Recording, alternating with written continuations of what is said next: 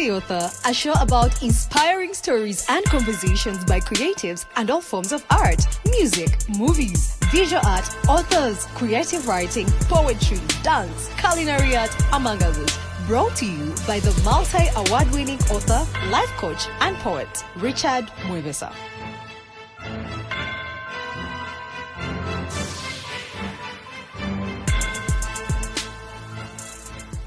So after that, what happens? You finish your A-level? My O-level. Your O-level, sorry. So which school then did you go to for A-level? So just to have a little bit of an extension of Father Luciano Spalletti, I was not the best student in Layibe College, but I was also not a dwarf. I was always between 10 and 20. Like that's what I used to score in terms of, the gradings at the time. So Father had promised me, and when mocks, senior 4, when the mocks came, I got a grade 15, which was a very good aggregate. For 10, I got 15. For 8, I got 12. So he was really proud, and he's like, Daniel, if you can score anything below aggregate 20 in the UCE, in the Uganda Certificate of Education, I will get you a school in Kampala, pay for it for 2 years, senior 5 and senior 6, and you'll go study there. Mind you, I didn't go to Kampala from P7. I came to Layibe College. So your dream of Kampala is still brewing in you. And this is the thing. Pushing you. And this is the thing for most of us. When life hits us, we deviate from our main goal, from our main vision, and we just start surviving. I still wanted to survive, but even when you survive, do not let go of your light bulb, your lighthouse. So your Kampala is your lighthouse. You must always find your path back, despite the challenges that we have to navigate through. So 3 weeks to senior 4 exams, we were woken up about 5 a.m. in the morning by soldiers and police. They were opening every suitcase, taking every knife, every sweater of every student. And we're like, what is going on? So when we reached 7 a.m., an emergency assembly was called. Then the headmaster at the time, Okuluma Chalino, is like, last night somebody jumped over the fence in the priest's residence and they killed Father Luciano. What? Yeah. That's a sad truth. So your dream for Kampala is gone because his onward promise. Yes. Committed to take you to. It was a painful time, but that's also another thing we have to learn. Bad things happen to good people. Yeah. But for us who are still alive, we have to keep navigating through the murky waters. Like you can be in the deep, but as long as you can still see out, keep swimming. You have to keep swimming. Yeah. Otherwise, you find that you're dead when you're still alive. Yeah, and which is really sad. So for me, when that happened, I went back to the village. I mobilized the boys. I did 10 acres of something. There was another spin when they wanted to get me married, but we're not going to go in that lane. Yes, my grandma got me a wife at 16 years old. Thank God. That's tradition. Yes. In the village, 16, 17, you're getting married. For our young, innocent sisters and girls, 14, 15 they're already, being attached to somebody. And unfortunately, that's still the order of the day in our villages where we come from here in Uganda. I don't know where you're watching this from, but that's our life here in this country. So I thank God I really had a very strong conviction to go to Kampala. I said no to the marriage proposition. I mobilized the boys. I did 10 acres of same. Planted. Yes, I was a very good altar boy at church. Father Godfrey Torach liked me so much. I've always been helped by... Daniel, are you sure you're not a boy? I used to be a very good altar boy. I don't believe it. Then look at the world now. Come on, man. Life happened. Okay. So Father Godfrey, Father Godfrey Torach liked me so much. He asked me one time, Daniel, what's the plan for school? I'm like, Father, I actually have a plan. But let's just go to my farm, bless my farm, and then we'll see what to do. So when he came and blessed the farm, I requested him. I said, Father, I need to give the entire farm to the Catholic Church, 10 acres of something. I need to get me a school in Kampala. I like that because you knew the principle of giving, the seed. Yes. So your 10 acres of same hard labor sweat to the church. So that was a seed. I'm a Christian. Yeah. I'm a pastor. Yes.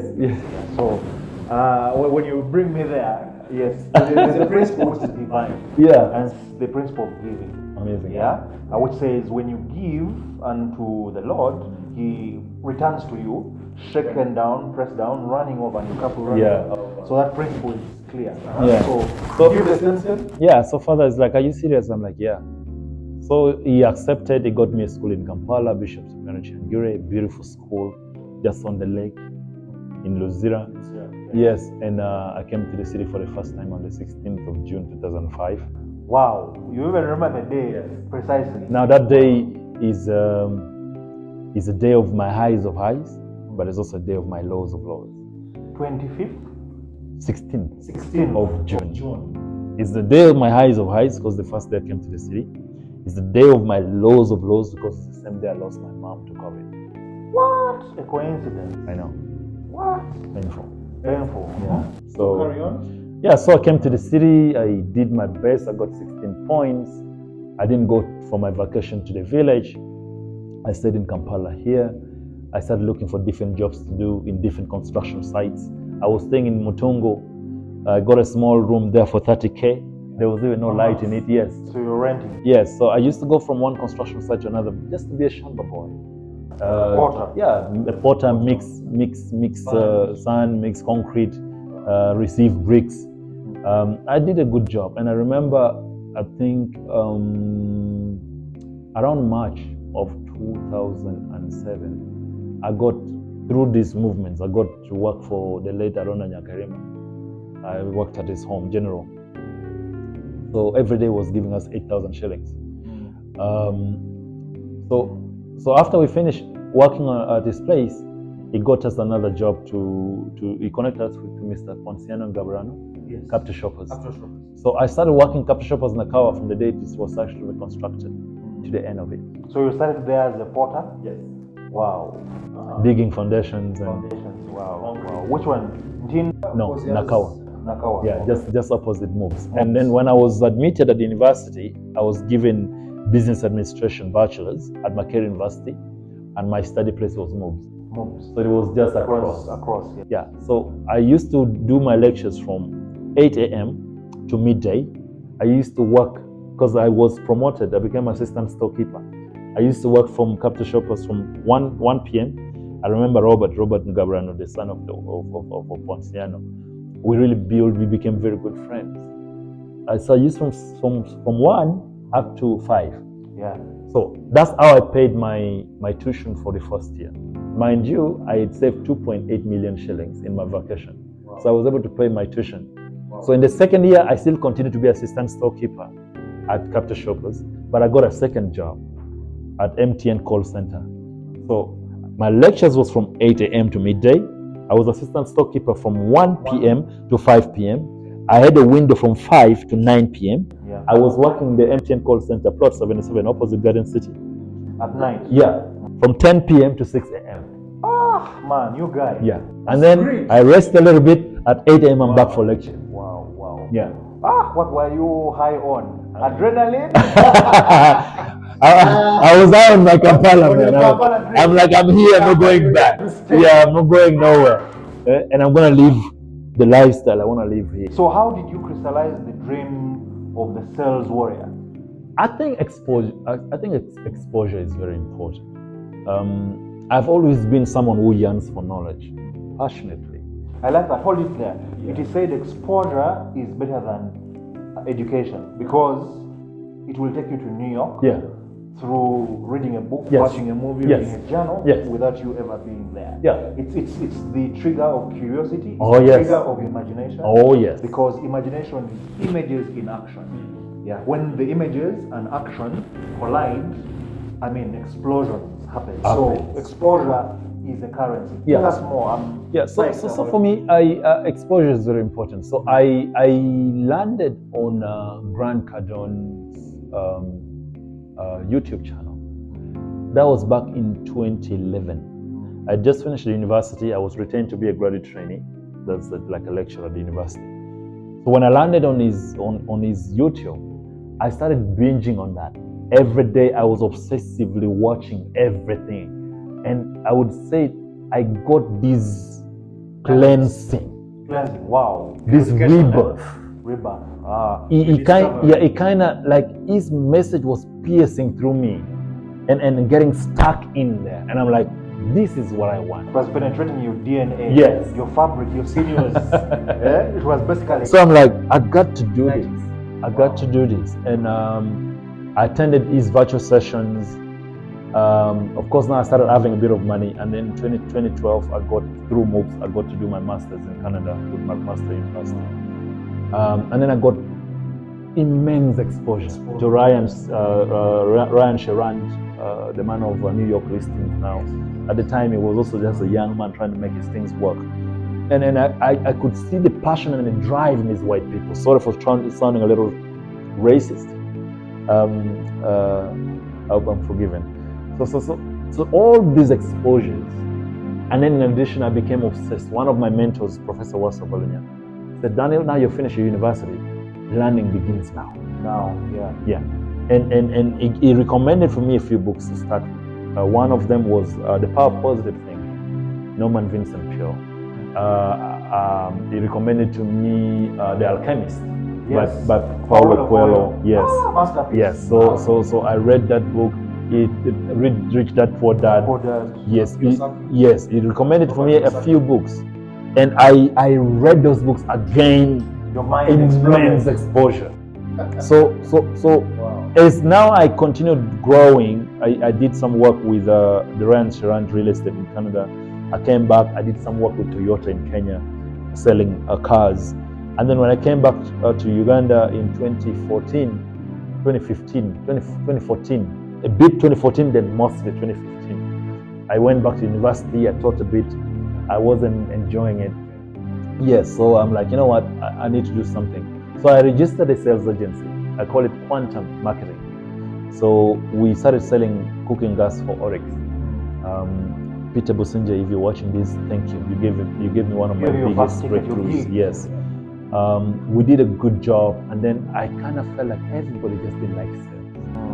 People hate sales. Yeah, I mean, people take selling. You're rejected all the time. People take selling as the last resort. But for me, meeting a stranger and enrolling them to my school of thought, there's something so beautiful. There's an art in it. Yeah. And that's why they show us the author is for the creative. Yeah. There's creativity in sales. Yeah. Meeting people, conversations. The hard part is the connection. Yeah. Yeah. The easier part is the contextualizing Yes. your product. Yes. But the hard part is the connection. Yeah. Which is the emotional aspect. And that's where creativity. That is true. In this book, I wrote and I said, people buy people, and people buy from people that they like. So be likable. But I also said, there are 3 C's you have to think about. You have to learn to connect. You have to convince me why I should buy what it is that you want me to buy or enroll to your ideas. And then we have to collaborate. Yeah. Wow. So, connect, convince, collaborate. So these are very important. And these are things that I love doing. Like I passionately love doing that. It's like you breathing. It's like a fish swimming. Yes. Or a monkey climbing a tree. Yeah. Wow. So I came up with the idea. I need to register a sales training institute so that I can be able to teach people how to sell, how to love sales, and take it as a profession of selling as a profession is the richest profession in the world.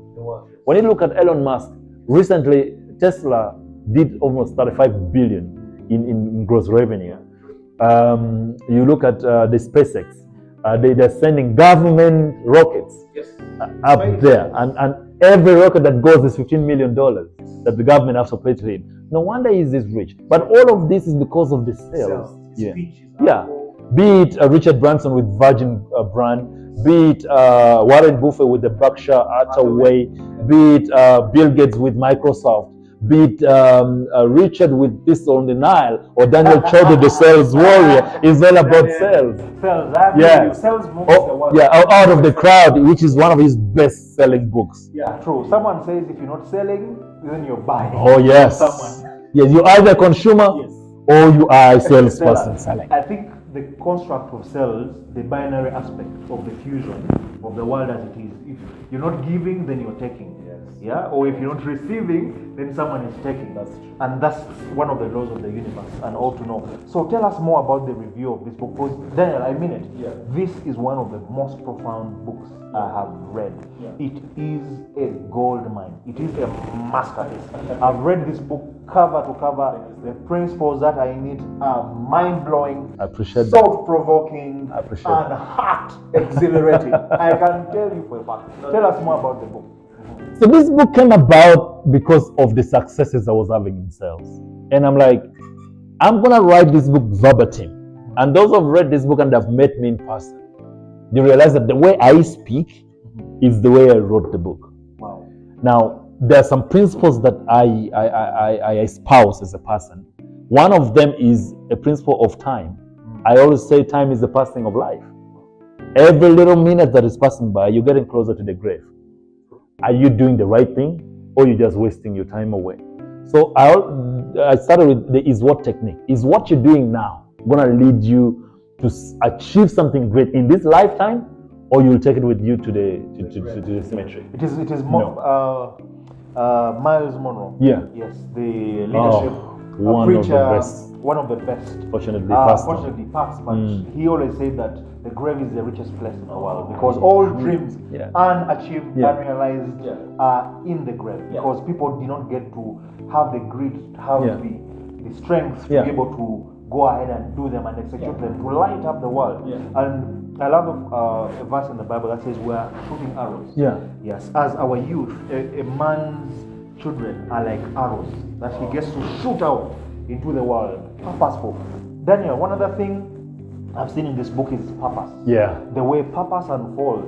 How do you construct? Because I'm so passionate. Chapter 1 of my book, Out of the Crowd, the bestseller, you talked about, is about purpose. Is about purpose, about purpose. So tell us more about that as we come to the end. So I mean, I'm a bulldozer in moments where things are not working. I bulldoze my way. I teach people how I used to make 100 phone calls just to get one deal. You know. And that's what I tell people. A prospect. If it works, then it's not stalking.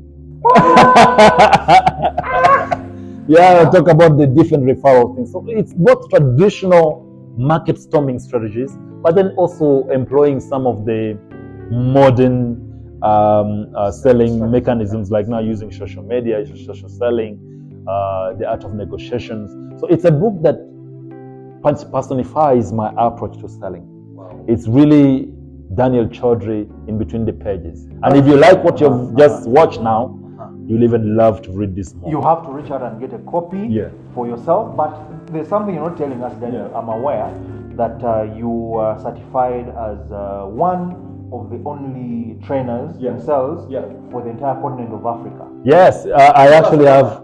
So I have two certifications. I have the certification for European Investment Bank sponsored financial literacy on sales training in Africa, in 14 African countries. So that's the one for European Investment Bank. Then I also have another certification as the international consultant for the Vision Fund International. Vision Fund is one of the biggest microfinances in the world. And I got a deal to train in 20 African countries. Now it's going to be 26 African countries in 2025. Wow. And they've kept me in this business and in this consulting because of the value that I keep giving. Yeah. Tell us about the Sales Warrior Convention. We can't forget last year you brought Vusi to the choir. This year. In February. Last year I brought you. You brought me. Yeah. You got me. The show is not about me, it's about you, sir. I brought you. I brought Amos Wekesa. I brought a few other people. There was this lady from Kenya. What's her name? I'm forgetting. The consultant, the social media consultant. That's Joy. I've forgotten another name too. Sorry. So listen. The Sales Warriors Convention is really to bring the sales community together. You know. It's an audience of inspiration, you know. Wow. We did last year, we got 1,200 people. This year in total for the 2 days, we did 2,500 people. Wow. And a few weeks ago in Rwanda, I again got 600 people at the Kigali Convention Center. So You're also doing gigs in Zambia. Yes. You were bold enough to go set up a sales convention in Dubai. Yes, yes. Where you know that was how many people 2021. showed up? The one for Dubai was about 212.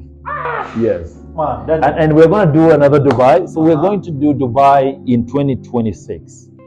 We're going to do a big convention targeting 6,000 people. Wow. The plan is 6,000 to 10,000. And those who know me, you know I don't play. You don't play. We're going to make it happen. Grit defined by resilience and perseverance. Last words. I know COVID has left a scar on you and a wound. That's how you got to lose your mom. May her soul rest in eternal peace. But would you like to talk about it, or we'll let that slide?